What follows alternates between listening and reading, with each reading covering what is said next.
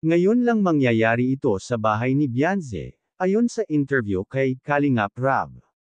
Pabahay ni Beyonce, malaki ang tsansa na higitan ang bahay ni Carla. Bago ko ipagpatuloy ang maiksing reaction video na ito, hiling ko lang na patapusin ang panunood nito para malaman ang nilalaman nito, at kung bago ka pa lang sa munting channel na ito, paki-subscribe para lagi kang updated sa video ng mga Kalingap. At pakisuportahan natin ang ama ng Kalingap na Val Santos Matubang, Ate Edna Vlog at si Kalingap Rab. Isang mapagpalang araw sa inyong lahat mga Kalingap, at shout out nga pala sa patuloy na sumusuporta sa aking YouTube channel, lalong-lalo na sa mga viewers natin na walang sawang nanunood at sumusuporta. Maraming salamat. Mga Kalingap, update tayo sa gagawing bahay ni Beyonce.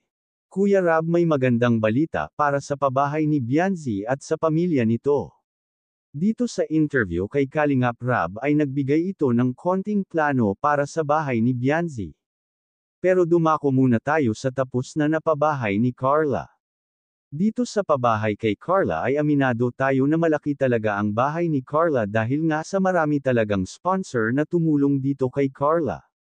Pero sa interview kay Kalingap Rab ay maaari din naman na malaki din ang magiging bahay ni Beyonce dahil marami din ang nagmamahal kay Beyonce.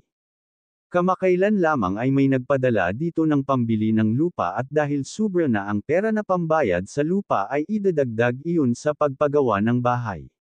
Dito ay sinabi ni Kalingap Rab na malaki ang chance na baka malaki din ang magiging bahay ni Beyonce dahil sa maraming tumutulong dito, baka malampasan pa nito ang bahay ni Carla.